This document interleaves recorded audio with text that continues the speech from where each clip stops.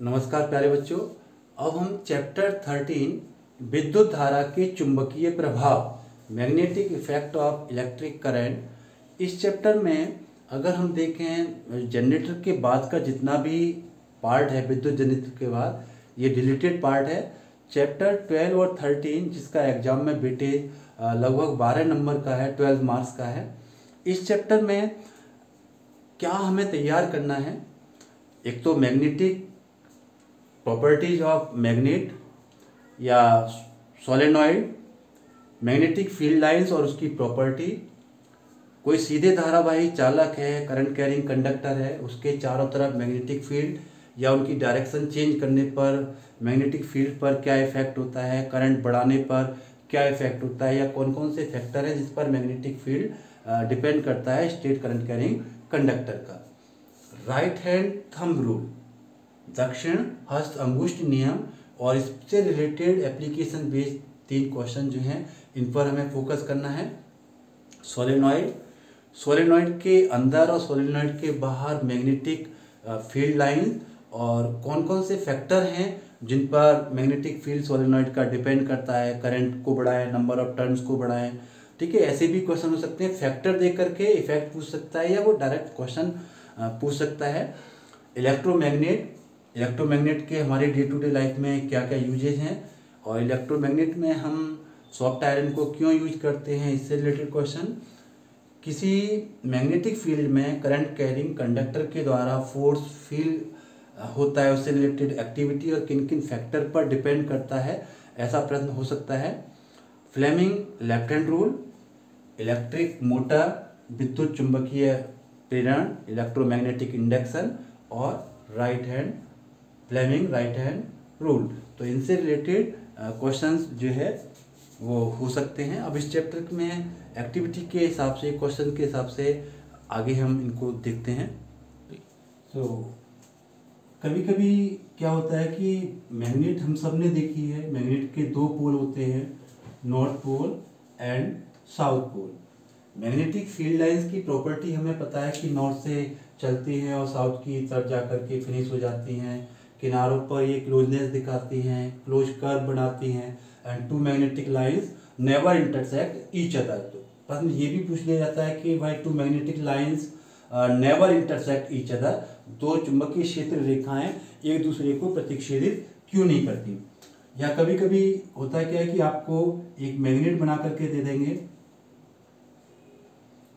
2 मैं फॉर्मेट दिखा रहा हूं, ए बी पी क्यू, और कुछ मैग्नेटिक लाइंस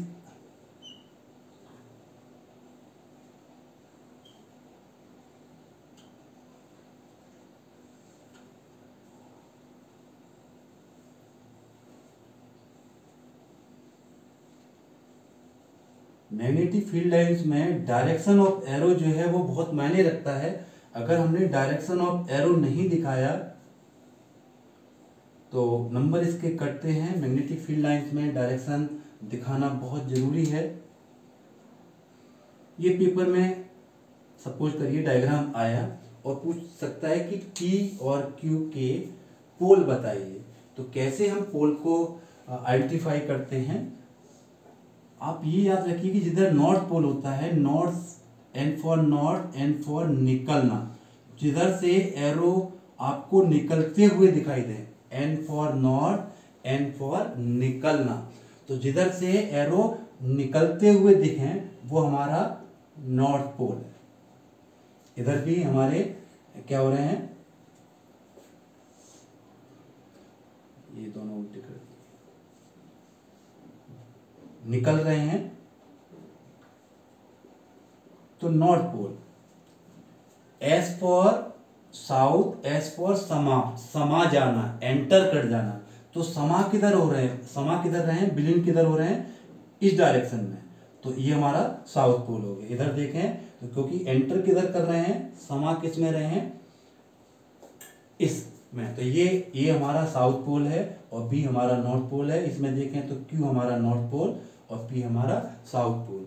तो एक क्वेश्चन इस तरीके से हो सकता है, pole identification, magnetic field lines around a bar magnet, अगर हम बार मैग्नेट को फ्रीली सस्पेंड करते हैं तो नॉर्थ साउथ डायरेक्शन में रुकती है।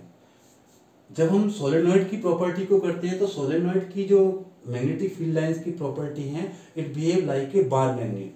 तो अगर आपको बार मैग्नेट की प्रॉपर्टी याद है तो सोलेनॉइड में भी उनको आप अप्लाई कर सकते हैं। बट सोलेनॉइड में मैग्नेटिक फील्ड लाइन जो है वो बढ़ जाती हैं करंट के आधार पर, नंबर ऑफ टर्न्स के आधार पर, लेकिन वो जो प्रॉपर्टी है वो वही रहेगी।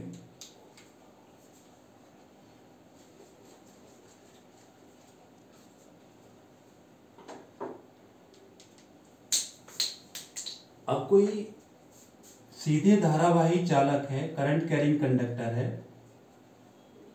तो सीधे धारावाही चालक में राइट हैंड, अगर हम थंब रूल को देखें, यदि हम सीधे धारावाही चालक को अपने दाहिने हाथ में, राइट हैंड में इस प्रकार पकड़ें कि अंगूठा करंट की डायरेक्शन को शो करता है, तो curling of finger, rest fingers की जो मुड़ाव है वो हमें बताती हैं मैग्नेटिक फील्ड की डायरेक्शन को। तो अगर मेरा करंट आई जो है ऊपर की डायरेक्शन में है तो मैग्नेटिक फील्ड लाइन जो है वो कैसा होगा, एंटी क्लॉकवाइज।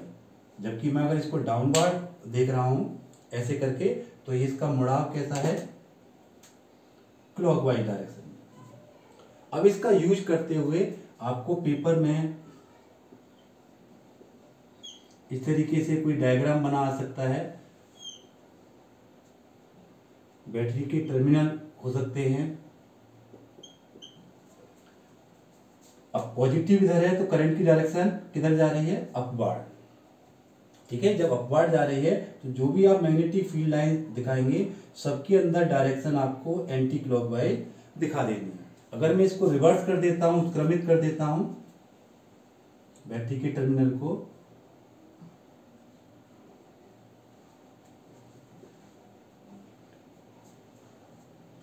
ओके, अब करंट मेरी डायरेक्शन कैसे आ रही है, इस डायरेक्शन में, यानी इस पॉइंट की तरह से नीचे की ओर। तो सभी में क्या आपको दिखाना है, क्लॉकवाइज डायरेक्शन में। ठीक है, ये राइट हैंड थंब रूल इस तरीके से अप्लाई होगा। दूसरा, अगर हम देखें, इसी में प्रश्न पूछ लिया जाता है कि एक कंपास को करंट कैरिंग कंडक्टर से दूर रखें, पास रखें, तो कंपास की निडल में डिफ्लेक्शन किस तरीके से होगा, करंट के बढ़ाने पर या घटाने पर, दूरी को घटाने बढ़ाने पर। जैसे जैसे दूर जाते जाएंगे मैग्नेटिक फील्ड जो है अट्रैक्शन कम होता जाएगा, डिफ्लेक्शन कम होता जाएगा। करंट बढ़ाएंगे तो डिफ्लेक्शन ज़्यादा होगा।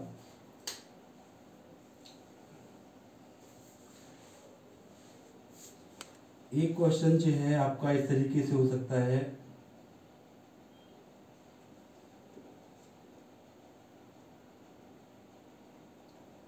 केवल में टर्मिनल चेंज किए हैं, पॉजिटिव नेगेटिव, इधर हमारा नेगेटिव पॉजिटिव। तो इस कंडीशन में करंट हमारी ऐसे जा रही है और इस कंडीशन में,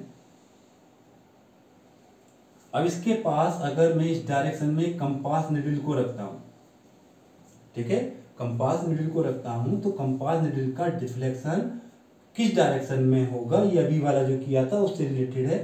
जब हम करंट की डायरेक्शन को चेंज करते हैं तो मैग्नेटिक फील्ड लाइन की डायरेक्शन भी चेंज हो जाती है। ये बुक की एक्टिविटी है।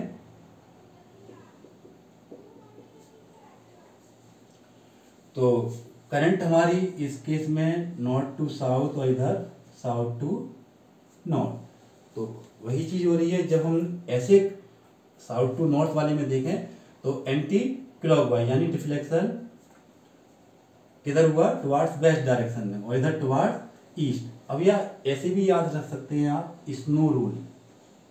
जब करंट साउथ से नॉर्थ की तरफ चलती है, south to north, then its deflection over west. इसका वेस्ट डायरेक्शन में डिफ्लेक्शन होगा, तो जो रेस्ट है उसमें ईस्ट डायरेक्शन में। या आप सीधे सीधे क्लॉकवाइज, एंटी क्लॉकवाइज ऐसे भी दिखा सकते हैं। इसमें क्लॉकवाइज हो गया और इसमें एंटी क्लॉकवाइज हो गया, दोनों ही स्थिति ठीक है।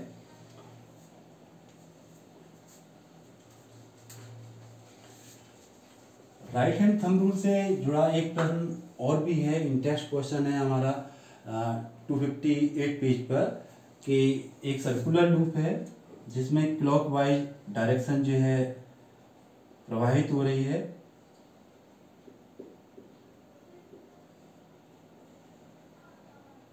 दक्षिणावर्त या क्लॉकवाइज। तो लूप के अंदर और लूप के बाहर मैग्नेटिक फील्ड लाइंस पूछा गया है। तो लूप के अंदर कोई पॉइंट P है और लूप के बाहर कोई पॉइंट Q है, तो यहाँ पर पूछा है। तो जब हम राइट हैंड थंब रूल को अप्लाई करते हैं तो लूप के अंदर सभी magnetic field line perpendicularly inward direction में अंदर की ओर आती हुई दिखाई देती हैं, जबकि इस सर्किल को अगर हम पूरा करें, ऐसे गया तो बाहर की तरफ कैसे गया, अपवर्ड डायरेक्शन में। तो यहाँ पर सब कैसा होगा, अपवर्ड डायरेक्शन में, और यहाँ पर इनवर्ड डायरेक्शन में। ऐसे आप दिखा सकते हैं P और Q में। ये राइट हैंड थंब रूल के एप्लीकेशन बेस 2 क्वेश्चन थे।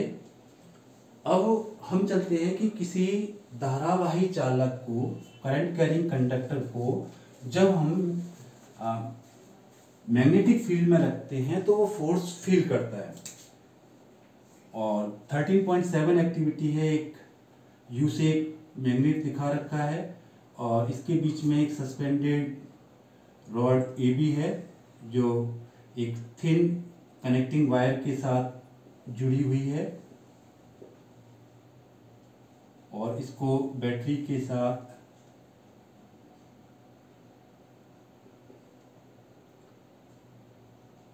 जोड़ दिया गया है।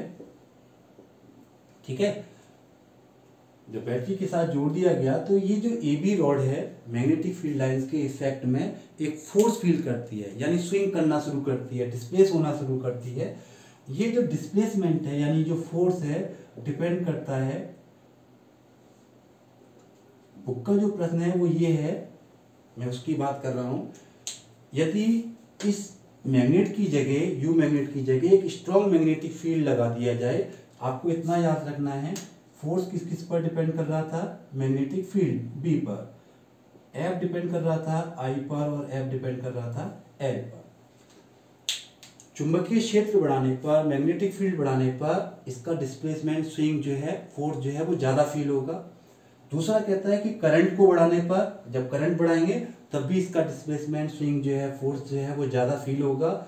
और AB छड़ की लंबाई को बढ़ाने पर, तो जब AB छड़ की लंबाई को बढ़ाएंगे तब भी क्या होगा, मैग्नेटिक फील्ड जो है, सॉरी फोर्स जो है वो ज़्यादा होगा। अगर हमने ये याद रखा तो ये पूछ सकता है कि अगर कोई करंट कैरिंग कंडक्टर है और उसको हमने मैग्नेटिक फील्ड में रखा तो किन किन फैक्टर पर डिपेंड करता है, magnetic field, current, length and angle. ठीक है, साइन 90 अगर हम देखें तो साइन 90 की वैल्यू होती है 1, तो मैक्सिमम होगा, और जब 0 होता है तो मिनिमम होता है। तो ये बुक में भी 9वां प्रश्न है कि फोर्स कब मैक्सिमम होता है और कब मिनिमम होता है। तो मैक्सिमम होगा जब वो परपेंडिकुलर होंगे एक दूसरे के, और मिनिमम कब होगा, यानी जब पैरेलल होंगे, बीच में भी काम कर रहा है फोर्स तब भी होगा। साइन 0 से लेकर के 90 डिग्री पर भी वैल्यू होगी, लेकिन 0 पर मिनिमम होगी और 90 पर मैक्सिमम होगी। इस फोर्स को निकालने के लिए फ्लेमिंग्स ने एक रूल दे दिया जिसको हम क्या बोलते हैं, फ्लेमिंग्स लेफ्ट हैंड रूल। यदि हम बाएं हाथ के, लेफ्ट हैंड के अंगूठा यानी थंब, 4 फिंगर, तर्जनी और मध्यमा को इस प्रकार फैलाएं कि they are perpendicular to each other, then thumb indicate force, 4 finger indicate magnetic field and middle finger indicate direction of current. तो आप यहाँ पर लिख लीजिए F for force, M for magnetic field and C for current. तो अगर हम 13.2 example की बात करें, 2 चीजें हमें मिलेंगी। दिया हुआ है यहाँ पर मैग्नेटिक फील्ड और इधर लिखा हुआ है इलेक्ट्रॉन। बस थोड़ा सा यहाँ पर हमें यही समझना है, जब भी हमें कोई नेगेटिव पार्टिकल लाइक इलेक्ट्रॉन और बीटा दे रखा हो, तो जो हमारी डायरेक्शन ऑफ करंट है, कन्वेंशनल करंट, जिसको हम पॉजिटिव टू नेगेटिव टर्मिनल मान करके चलते हैं, इसको हमें पलट करके लेना है। अगर पॉजिटिव पार्टिकल दे रखा है, अल्फा पार्टिकल दे रखा है या पॉजिट्रॉन दे रखा है, तो करंट की डायरेक्शन वही होगी जो पॉजिटिव पार्टिकल की डायरेक्शन है। अब हमें करना क्या है और निकालना क्या है, एफ। एम गिवन है हमें, सी हमें पता चल गया, एफ निकालना है। हो सकता है आपको सी और एफ दे रखे हो, एम निकालने को पूछा जाए, तो आप पेपर पे प्लॉट करने के बाद एम को एम की तरफ रखें और सी को सी की तरफ ले जाए। एम एम की तरफ है, सी सी की तरफ है, तो एफ कहाँ गया, इनवर्ड डायरेक्शन। तो आप लिखेंगे according to Fleming's left hand rule, because you apply this rule. तो एक नंबर इस चीज को लिखने का है, चाहे आपकी डायरेक्शन गलत हो गई। परपेंडिकुलरली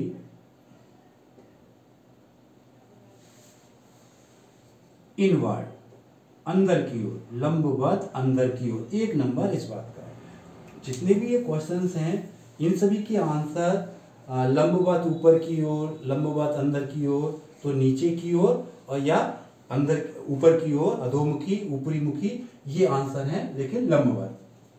अब इसी 259 पेज पर अगर हम क्वेश्चन नंबर 3 को देखें, डायरेक्शन, और अगर हमारा रफ ये पेज पर काम बन गया तो आसान हो जाता है। सबसे पहले आप डायरेक्शन को बनाएं और इसी क्रम में दिखाएं, नॉर्थ, साउथ, ईस्ट, वेस्ट, उत्तर, दक्षिण, पूरब, पश्चिम। इंटेक्स्ट क्वेश्चन है ये 259 पेज पर। पश्चिम दिशा की ओर गतिशील धन आवेशित कण, कोई पॉजिटिव पार्टिकल है जो किधर डायरेक्ट हो रहा है, टुवार्ड्स वेस्ट डायरेक्शन, पॉजिटिव। इसका मतलब मेरी करंट की डायरेक्शन भी यही है। नेगेटिव होता तो रिवर्स डायरेक्शन में ले लेते। उत्तर दिशा की ओर विक्षेपित, जब भी डिफ्लेक्ट जैसी टर्म मिले, डिस्प्लेस जैसी टर्म मिले, इसका मतलब हमें फोर्स दिया हुआ है, उत्तर दिशा की ओर डिफ्लेक्ट हो गया। और क्या कहता है, मैग्नेटिक फील्ड ज्ञात करो। जब ये हमें फाइंड आउट करने को कह रहा है तो इसका मतलब हमारे क्वेश्चन में एम चाहिए नहीं, या तो सी है और एफ दे रखा है, बस इतना ही टेस्ट करना था। अब एफ को आप एफ की तरफ रखें, एफ को एफ की तरफ और सी को सी की तरफ। एम किधर पॉइंट कर रहा है, बाहर की ओर।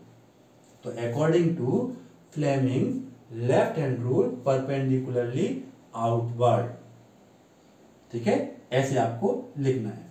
अब एक question Fleming left hand rule का और है बुक में ही, एक्सरसाइज का क्वेश्चन नंबर 10 या 11 है। Suppose you are sitting in a chamber, आप किसी चैम्बर में बैठे हैं। तो मान लीजिए हम यहाँ पर है, कोई ऑब्जर्वर यहाँ बैठा हुआ है। Suppose you are sitting in a chamber and one electron from your back side, आपकी पीछे की दीवार से एक इलेक्ट्रॉन सामने वाली दीवार पर टकराता है। इलेक्ट्रॉन दिया हुआ है तो इट मीन्स हमें करंट कहाँ लेना है। आप चाहें तो एक ऐसे भी बना लें, under the influence of strong magnetic field electron deflected towards right side. अगर मैं ऐसे कमर लगा करके दीवार के साथ खड़ा हूं तो मेरा राइट इधर होगा और लेफ्ट इधर होगा। तो किधर डिफ्लेक्ट हो गया, टुवार्ड्स राइट साइड, यानी एफ इधर हो गया। मैग्नेटिक फील्ड पूछा है, वही चीज है। सी को सी की तरफ करें और एफ को एफ की तरफ। तो एफ एफ की तरफ जा रहा है और सी सी की तरफ। मेरी उंगली पर आपको सी दिखा दे रहा होगा, इधर एफ। तो परपेंडिकुलरली इनवर्ड, अंदर की ओर, according to Fleming left hand rule. ऐसे ही आपको मोटर बना करके पूछ लिया जाता है, नॉर्थ साउथ, पोल चेंज हो सकते हैं, नॉर्थ इधर हो साउथ इधर हो, करंट की डायरेक्शन भी चेंज हो सकती है। ये मैं एक कॉइल दिखा रहा हूं, ए बी सी डी, और ये मैंने कार्बन ब्रश लगाए, स्प्लिट रिंग लगा दी और इसको एक बैटरी के साथ कनेक्ट कर दिया। पॉजिटिव नेगेटिव, यानी करंट की डायरेक्शन ऐसे, करंट कैसे जा रहा है मेरा अपवर्ड, और मैग्नेटिक फील्ड लाइन हमारी नॉर्थ टू साउथ चलती है, यानी मैग्नेटिक फील्ड है मेरा इधर। तो ए बी जो है हमारा, जो इसका इनिशियल स्विंग होगा वो आइदर अपवर्ड और डाउनवर्ड। ये पूछा गया है सीबीएसई के एग्जाम्पलर में भी कि ए बी पर क्या होगा। तो एम को एम की तरफ रखते हैं और सी को सी की तरफ। तो ए बी का जो मूवमेंट होगा शुरू में, एक मान लीजिए ये मेरा ए बी है और ये सी डी है, तो ए बी का मूवमेंट इधर होगा डाउनवर्ड और सी डी अपवर्ड डायरेक्शन में, क्योंकि जब टर्निंग फोर्स मिलता है तो हाफ रोटेशन में 180 डिग्री पर सी डी इधर आ जाएगा और ए बी इस डायरेक्शन में आ जाएगा। फिर वो कहता है कि हाफ रोटेशन के बाद सी डी पर क्या होगा। तो सी डी क्योंकि इधर है, करंट की डायरेक्शन यही है, तो C D downward A B upward, इस तरीके से हाफ रोटेशन के बाद जो है ए बी सी डी की जगह आता है, सी डी ए बी की जगह आ जाता है और मोटर घूमती रहती है। एक प्रश्न ये पूछा गया है कि ये जो बी सी है ये टर्निंग फोर्स क्यों नहीं देती, हमारा ए बी पर देता है या सी डी देता है, बी सी क्यों नहीं करता, क्योंकि ये मैग्नेटिक फोर्स लाइंस के अलाइनमेंट में है, इसलिए बी सी जो है टर्निंग फोर्स प्रोवाइड नहीं करता है। अब हम सर्कुलर लूप का हो गया, नेक्स्ट पेज देखते हैं। अब हम ये देखते हैं इसकी जो कुछ और वीडियो थी बार मैग्नेट के अराउंड, जब हम आयरन फिलिंग्स को डालते हैं और उनको थपथपा के देखते हैं मैग्नेटिक फील्ड लाइन कैसे बनती हैं, उसकी वीडियो जो है, या कुछ एक दो वीडियो और भी हैं फ्लेमिंग लेफ्ट हैंड रूल की, वो आपको डिस्क्रिप्शन में मिल जाएगी। अगर आप उनको देखना चाह रहे हैं तो उन वीडियो को भी देखिएगा।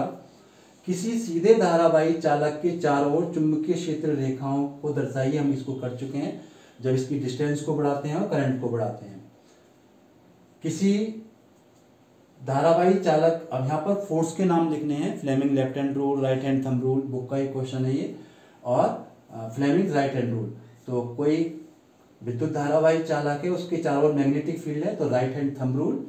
किसी चुंबकीय क्षेत्र में क्षेत्र के लंबवत विद्युत धारावाही चालक पर बल, जब भी आपको फोर्स टर्म मिले तो आपको फ्लेमिंग लेफ्ट हैंड रूल लिखना है, और इंड्यूस्ड करंट जैसी कोई टर्म मिले तो आपको फ्लेमिंग्स राइट हैंड रूल लिखना है। इलेक्ट्रिक मोटर क्या है, इलेक्ट्रिक मोटर किस प्रिंसिपल पर काम करती है, इलेक्ट्रिक मोटर के डे टू डे लाइफ में आधारित दो युक्तियों के नाम आप सबको पता है कि फैन के अंदर है, इसका अंदर वॉशिंग मशीन के अंदर है, कंप्यूटर के अंदर है, टॉय कार रिमोट कार जो होती है उसके अंदर है। इलेक्ट्रोमैग्नेट के डे टू डे लाइफ में यूज है, इलेक्ट्रोमैग्नेट एंड जो परमानेंट मैग्नेट है उसके बीच में डिफरेंस। इंड्यूस करंट को डेवलप करने के कौन कौन से तरीके हैं, इंड्यूस्ड करंट क्या है। तो जब भी कोई परिवर्ती क्षेत्र में किसी कॉइल को लेकर जाते हैं या चुंबक को लेकर के जाते हैं तो प्रेरित धारा इंड्यूस्ड करंट प्रोड्यूस होती है। तो दो कॉइल को एक दूसरे के नज़दीक लेकर आए या कॉइल को मैग्नेट के पास लेकर आए, मैग्नेट को कॉइल के पास लेकर जाए। एक इंसुलेटेड कॉपर वायर जो गैल्वेनोमीटर से जुड़ी है, क्या होगा यदि इसका, ये क्वेश्चन जो है इम्पोर्टेंट है, कोई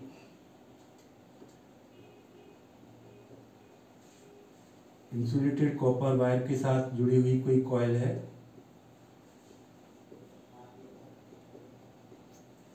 इसी को मैं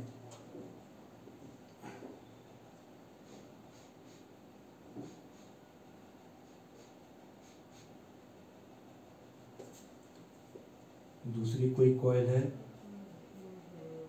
जो गैल्वेनोमीटर के साथ जुड़ी हुई है, या इसको सीबीएसई की उसमें देखें कि एक सस्पेंडेड स्प्रिंग के साथ मैग्नेट है और कॉइल के अंदर जो है अप एंड डाउन मूवमेंट हो रहा है।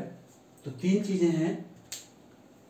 जब कुंडली के अंदर मैग्नेट को भेजा जाता है तो गैल्वेनोमीटर की जो सुई है वो एक डायरेक्शन में डिफ्लेक्ट होगी, जब बाहर निकाला जाता है तो विक्षेप होगा, डिफ्लेक्ट होगा, लेकिन अपोजिट डायरेक्शन में। पहले में आपको क्या लिखना है, डिफ्लेक्शन इन वन डायरेक्शन, दूसरे में क्या लिखेंगे, deflection but in opposite direction. जब इनवर्ड गए तो डिफ्लेक्शन हुआ इधर लेफ्ट और राइट, बट जब अपोजिट ले गए, दूर की तरफ ले गए, डिफ्लेक्शन होगा लेकिन पहले वाले के अपोजिट डायरेक्शन में। तीसरा कहता है कि जब दोनों को स्थिर रखा जाता है, तो जब स्थिर रखा जाता है तो गैल्वेनोमीटर में कोई डिफ्लेक्शन नहीं होगा। यही question coil 1, coil 2, P Q ऐसे करके, जब कॉइल 1 को कॉइल 2 के पास लेके जाते हैं या कॉइल 2 को कॉइल 1 के पास लेके जाते हैं, पी को क्यू के पास लेके जाते हैं, तो गैल्वेनोमीटर में क्या होगा, इनिशियल में क्या होगा, galvanometer deflection in one direction, दूर लेके गए एक दूसरे से, deflection but in opposite direction, और जब दोनों को इससे रखा गया तो कोई डिफ्लेक्शन नहीं होगा। तो ये तीनों क्वेश्चन वही हैं, ये पहले वाला है, ये कॉइल बेस्ड है, और ये सस्पेंडेड मैग्नेट का है। तो इस तरीके से हम इस चैप्टर के क्वेश्चंस को कर सकते हैं। और इस चैप्टर में वो जो 3 नियम है, right hand thumb rule, Fleming's left hand rule, Fleming right hand rule, और मेरी शुभकामनाएं आप सभी के लिए हैं। Thank you for watching this video.